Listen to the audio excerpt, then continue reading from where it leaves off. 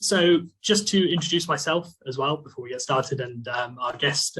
So my name is Alex. I'm the UK team leader, which means I look after UK schools and FE colleges.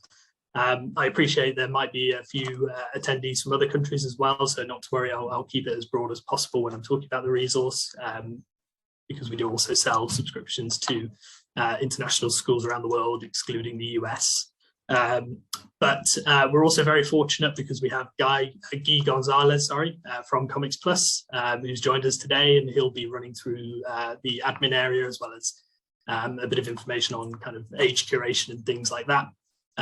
So yeah, very fortunate to have Guy here with us to talk through that sort of stuff. Just to give you a little brief introduction into JCS online resources as well. We're a subscription agent, so we work on behalf of a number of different publishers. I think the majority of the people who have attended and signed up are probably already customers of some resource with us. So you might be familiar with us, but just in case anybody isn't, we do work on behalf of a range of different publishers. But today we'll be looking at Comics Plus, which is one of the newer resources in our catalogue and one we're very excited about. So I thought I'd start just with a quick overview of what Comics Plus is. Hopefully you can see my screen so you can kind of get an idea that Comics Plus is kind of a rich digital library of comics, graphic novels and manga as well. The resource provides completely unlimited simultaneous access for readers, available 24/7, both on and off school site. It's got a range of different access options, which I'll run through in a bit for you. And the other thing to mention as well is that with subscriptions, you can purchase different packages for Comics Plus. So it's split into 3 different packages. You have the elementary package, which includes the children and kids content, and that gives ages 5 to 10 years old. You've got the middle package, which gives kids and teens content, and that's ages 8 to 14. And then there's the high package, which we tend to find most K-12 and secondary schools, as well as FE colleges tend to look at the most, which is age teen up to young adults, and that's ages 11 to 18. We do find some secondary schools look at the middle package as well, just to kind of cover the lower years, but the way it works is that you would normally subscribe to one core package, and then you can purchase add-ons. So for example, if you took the high package, which is teens and young adults, you may then look to add on the kids and children's packages to cover your lower school years. So that's how those subscriptions work. In terms of pricing for the resource, because there are lots of people from different countries here, I would recommend just getting in touch with JCS directly. You can do that by either contacting support@jcsonlineresources.org, or if you go to the JCS Online Resources website, you can request a quote just by going to the Comics Plus page, scrolling down to the bottom, and you can request a price quotation or a free trial down at the bottom of that page. Cool, so now I've covered all of that stuff, I'm just going to go into the actual Comics Plus resource itself and show you around that site. So this is Comics Plus. When you first log in, you'll be taken straight to the featured content page.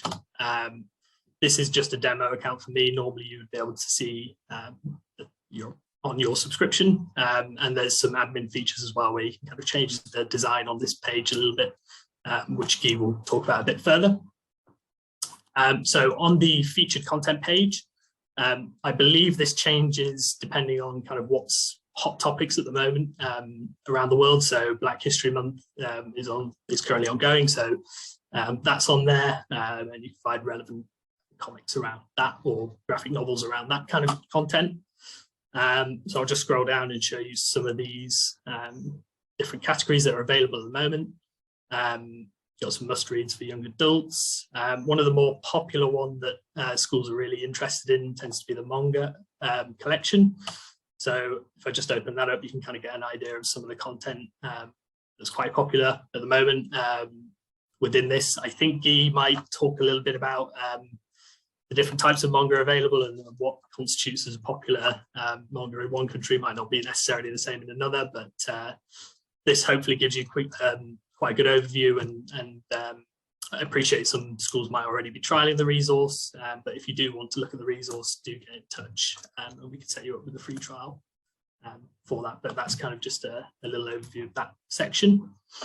I'll just show you the popular section, which is where you can, it's going to load. So this is the popular page. Again, what you'll find on this page differs depending on which package you subscribe to. For us, we've got access to the whole K-12 catalogue. So this is throwing in all the stuff. So this is kids content here, but there's some young adult as well and things like that. And it also depends on which region you're in as well, I believe, depending on which popular items come up for you. You'll also notice here at the top, you can filter by age. So if you want to see just the young adult content, which is something students might want if they're a particular age, they might want to quickly find the content they're looking for. You can also do by category as well. There really is quite a large range of categories available for schools. And so they can really quickly find the content they're actually interested in looking at a lot faster than they would just scrolling through the whole page. You'll also see there's a range of different languages. This is something that Comics Plus are actually expanding at the moment and looking at. So at the moment, there is quite a good collection of different languages for schools. So you can also see some of the Spanish content or some of the Japanese content and things like that. And then lastly, you've got the different publishers on Comics Plus here. So you can, if you're looking for a very specific publisher and want to see their more popular content, you can just go to here and filter by publisher to get straight to that. So next, I'll go to the just added page. One thing to note for Press Reader is they're constantly updating their catalogue of comics and manga. That's done every Wednesday. It does depend, obviously, on which package you subscribe to, how much content is added each week. So you might find if you only subscribe to the elementary collection, you might only have a very small number of new editions each week, and then one week you'll have a really large load of comics and manga added. So it does depend on which package you have, but they are constantly adding each week new content to the site, and that's, you know, for no extra charge they're doing that. So you're always kind of getting new stuff within your subscription as well. We've kind of covered the categories, but I'll just go to the categories page quickly. And this is where you can kind of see that there is, like I say, quite a large range of different categories that you can look into. And that's a really great way of kind of getting students to find what they're interested in. A lot of feedback tends to be, especially around things like gaming. They've got some really good content on there. And that's a really, really good way of kind of getting students actually just reading comics in general. So that tends to be quite a popular thing as well for schools. And I'll tell you about another popular reason that schools might want to subscribe to the resource in the next section. So I'm just going to show you the My Shelf section as well. And what this is basically, this is what students will have their own individual shelf when they create their account for Comics Plus. And this is where they can find any of the content that they've added to their shelf or started reading themselves. You'll see here along the bottom as well, you've got a progress bar, so they can see how much of that comic they've read before they closed off it, so they can pick up exactly where they left off. This does depend on which access option you go for, because some schools might want to choose something like IP authentication or referring URL. The issue with that is that everybody's shelf will kind of be merged into one, which means you'll, if somebody else starts reading that comic, it will reset that progress bar. So when you do subscribe, we kind of recommend going through the option where students will create their own login, because it gives them their own shelf then where they can view all of their popular content and pick up really where they left off on the comic. So one of the comics I'm going to show you is Macbeth, which is one of the classics in a Shakespearean play. This is another reason that things like Comics Plus are really useful for schools, because it's a really good way of kind of getting students who possibly struggle with reading or are doing English as a second language. It's a really good way of kind of getting them reading those classics and getting interested in that content. So if I open this up for you and just show you the reading view. Yeah. So this is how it's presented to you when you first open the comic. You'll have a few different ways of kind of navigating around this. So you can either use your arrow keys left and right just to flick through the pages, or alternatively, if you just go to either end of the screen, you can flick through it just like that. You can zoom into the comic with either scrolling your mouse wheel or just clicking these buttons up here and it will zoom in. You can kind of play around with the comic like that. And you also have a few different ways of viewing the comic. So you've got your one-page view, which is just each comic page individually. But you've also got a two-page view, which allows you to kind of read it more like a traditional comic would be read. So just that. So you've got kind of both sides of the comic like you would normally. And then recently, Comics Plus have also added a tri-panel view. And this will allow you to kind of go through each panel at a time, which might also be an easier way for students to read the comics. So just another good way of them reading it. So a few good accessibility options there on the site, and that's how the comics are kind of presented to students when they first open them. Another thing as well is you can get more details on the comic. So if you want kind of a quick summary before you start reading the comic, you can click into that. You can get information on who the publisher is, which language it's in, some of the categories that comic actually links to. So if they're reading one and actually find they are quite interested in that topic, they can click into that and find out a bit more information about it. And then also you've got your release date and age rating for that comic.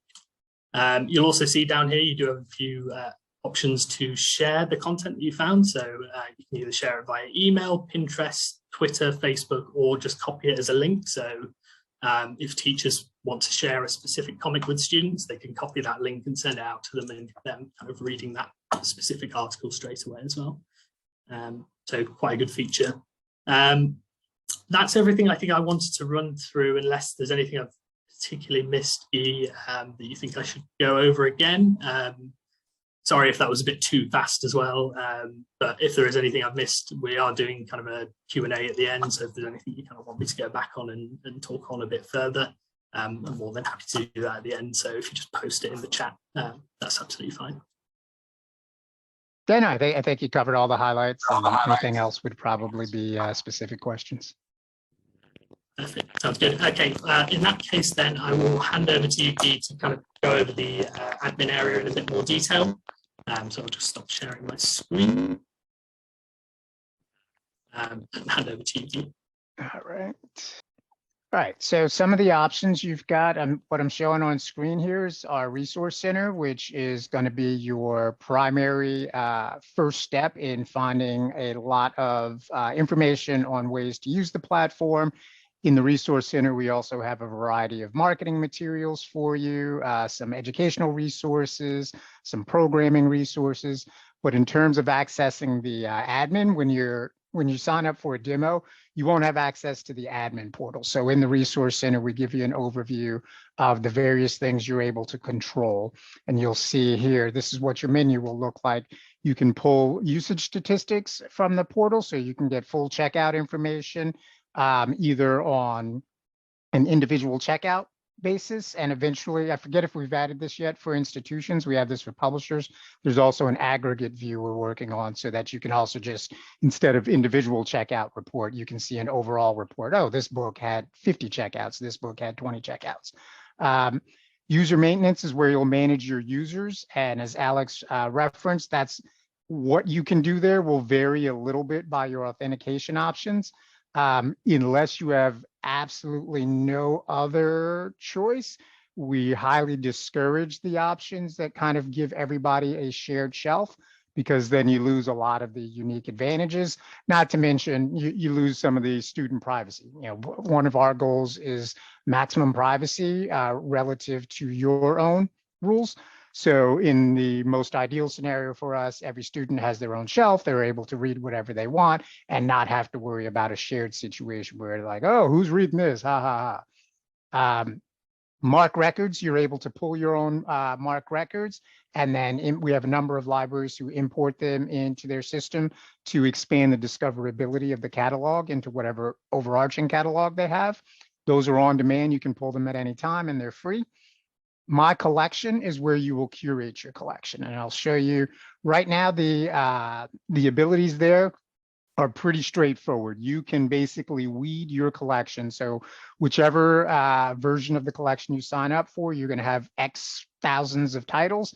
You may decide certain titles you don't want in your collection for a variety of reasons. You are able to, in your individual collection, disable those. So you can search for them, disable them, and then they will no longer be accessible to your users on your platform. Has no impact on other users across the platform. It is individual curation. We've got some filtering ability to make it a little easier to find what you're looking for. And we're working on expanding this feature set. Right now, it is a title by title curation process. We are working on expanding this feature set to make it a little easier to do it at an age level, at a category level, at a publisher level. Couple of customization features you've got. So what Alex was showing you was the standard younger reader light theme. The dark theme is the other option. That's, you can choose by default. The elementary and middle collections are the light theme. The high school collection is the dark theme. That's up to you to choose, and you would do that in your settings section. You can also, I don't understand why some libraries want this, probably because they've got the shared shelf. You can actually turn off reader progress. So if you are in a shared shelf environment, turning off reader progress would be the recommendation. So then you don't run into that frustration of, hey, it said continue reading, but that's not where I left off. And then what's not visible here, but is an option, some schools don't want the social sharing features, and you're able to turn that off or on as well. That's a recent addition to the settings that hasn't been updated here, but is available in your admin portal. So those share buttons that Alex showed you, some schools don't want any sort of external platform accessibility, including sharing a link to it. So those can be turned off in your settings as well. You have full control over that.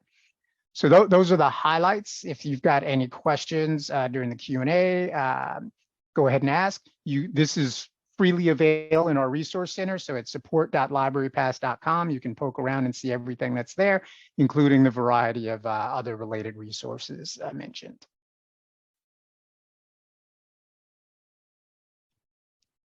And did you want me to walk through the collections, the 3 collections? Yeah, if that's all right. Yeah. Okay. So most schools tend to subscribe to a collection, sometimes an add-on, depending on the age level of the students they are serving. So we have 3 collections that are basically broken down 2 age groups each. So children's kids, teen, young adult. Alex gave you that kind of age rating overview. So this deck, which we'll make available to you afterwards, you can contact JCS to get a copy of it. We highlight some of the key titles and series that are in each collection. There will be some overlap. So the kids titles are in both the elementary and middle school collections. The teen titles are in the middle school and high school collection. Children's titles are only in the elementary collection. Young adult titles are only in the high school collection. And our age-appropriate guidelines are also available online at comicsplusapp.com. You can look down in the footer for our age-appropriate guidelines, and that explains how we approach these children's, kids, teen, young adult. We don't just take publishers' age ratings, particularly in the comics world. Publishers think everything they publish is all ages or maybe teen. And manga in particular tends to skew a little older in our collection. So you can find our age-appropriate guidelines and how we define that there so that you can have confidence that the titles you're offering your students have at least been vetted based on a clear rubric for then you to decide individually whether or not that's appropriate for your age groups. So in the elementary collection, each collection has a range of popular characters and series. Avatar for a couple of years was one of our biggest when Netflix brought the cartoon back. And right at the beginning of the pandemic, a bunch of kids newly discovered this series and devoured all the comics on the platform. It's still one of our most popular, but it's no longer the most popular. Minecraft has replaced it as the most popular series As Alex mentioned, gaming related comics are pretty popular on our platform. The kids know what they want to read. They know the characters and franchises they're interested in. They go search, they find them, and they start reading like crazy. So we've got a number of well-known characters and franchises. Disney manga is one of the more popular ones partly because it's one of the few manga and manga adjacent series out there that are actually for younger readers that land at our kids level. Most manga from Japan, even shonen that theoretically is for teenage boys, a lot of that often ends up for us, teen and sometimes young adults, according to our age guidelines.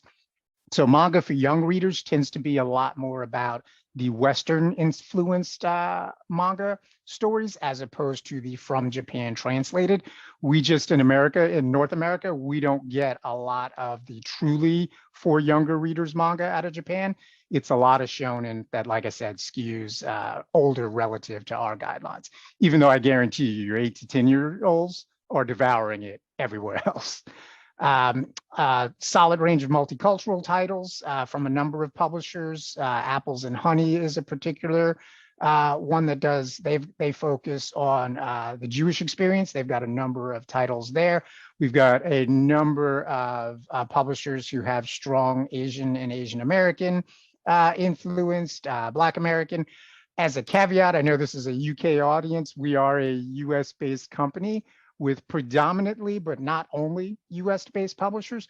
So a lot of our approach to curation and featuring titles like Black History Month, I know is not February in the UK. I forget when it is, but it's February in America. So that's why you'll see it at the top of the list. So multicultural, just as a caveat from our perspective, is from an American definition of multicultural, might be a little different from the UK, but probably not dramatically so. And also in the elementary collection, a really strong collection of early readers titles, and then a variety of publishers, both traditional K-12 oriented publishers who do classroom sets, nonfiction series nonfiction, as well as some comics publishers who recognize kids for comics are a pretty popular segment. At the middle school level, you start to see the content blend a little. The children's collection falls off. The teen titles join. Manga becomes a little more diverse in still a lot of Western influenced manga, but then you start to see some of the Japanese manga filtering into this collection as well. Again, strong collection of popular characters and series. Stranger Things it remains very popular. They Called Us Enemy is probably our most popular nonfiction title, used a lot in classes anytime a history session is up, or if you're doing biography memoir. The superheroes, we do not, and I say this openly, we don't have Marvel and DC. They do not support our unlimited simultaneous access model. They'd rather you pay single user licenses for those. If those are popular in your libraries, more power to you. We do have a very strong collection of superheroes at every level, from publishers like Image Comics, IDW, Dark Horse, Boom. So basically, everyone but Marvel and DC that has a strong superhero collection, we pretty much have, including Valiant, which is kind of the #1 independent superhero universe. They are predominantly in the high school collection, though. At middle school and also high school, we start to see a lot stronger collection of graphic nonfiction. Everything from, like I said, the core series nonfiction publishers who do everything from the biographies and history to some of the more sophisticated stories like They Called Us Enemy. And then at the high school level, you really start to expand with the addition of young adult titles. The popular series start to include things like Lock and Key, The Umbrella Academy. We do have a partnership with Europe Comics. So at the high school level, you start to see a lot of titles you might be more familiar with in the UK from UK publishers, particularly France and Denmark. Europe Comics provides us the English translations of these European series. Els has been the most popular of them so far. Manga for teens, at this point, where you really start to see an expansion of the manga from Japan that a lot of kids who are looking for manga are looking for. Kodansha and Yin Press are our two biggest manga providers, and they've got a number of really popular series throughout the collection. Dark Horse also has a number of excuse me, classic manga series that they publish as well. And then on the graphic nonfiction side, you start to get into a lot more sophisticated storytelling, a lot more pivotal historical moments that are being told through different perspectives. And this is where the collection is particularly strong at this point.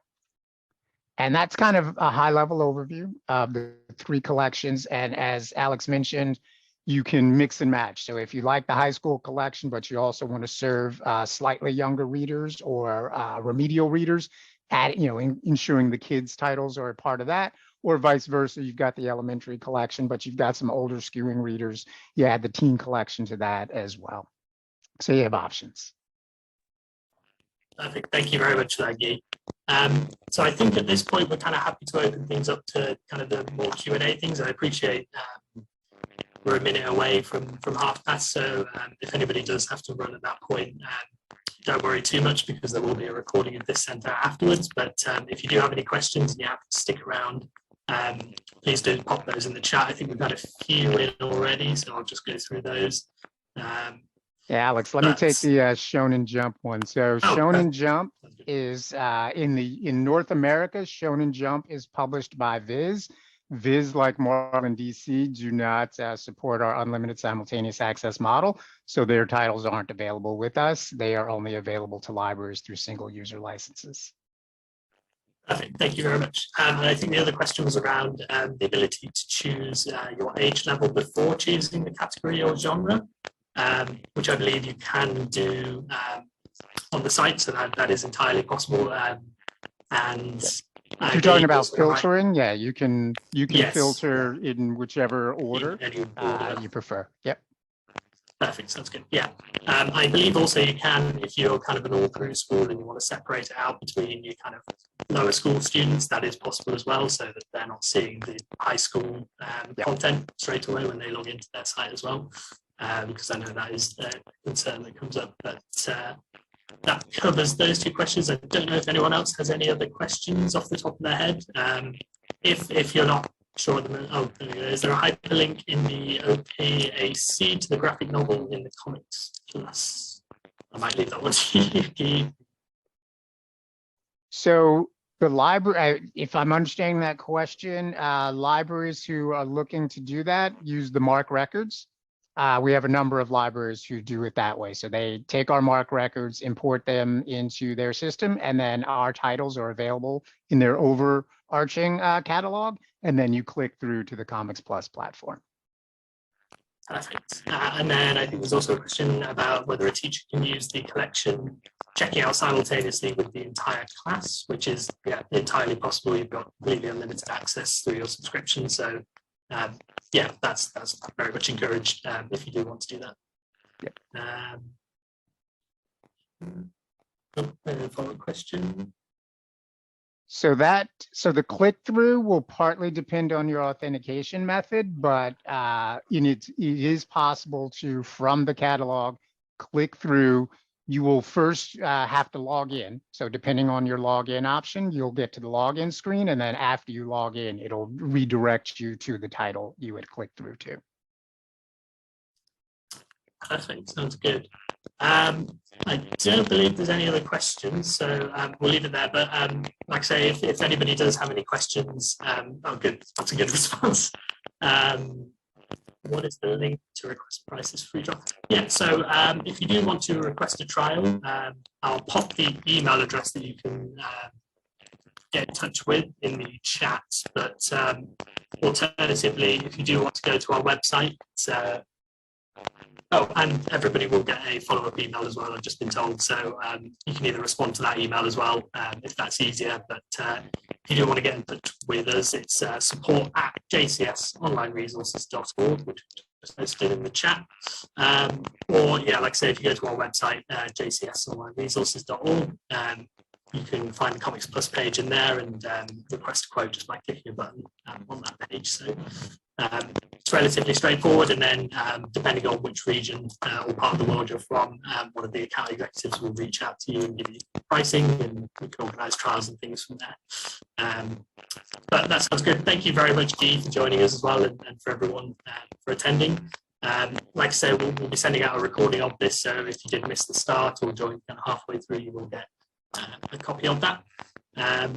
But yeah, thank you very much, and we look forward to hearing from you. All right. Thanks, everybody. Thanks.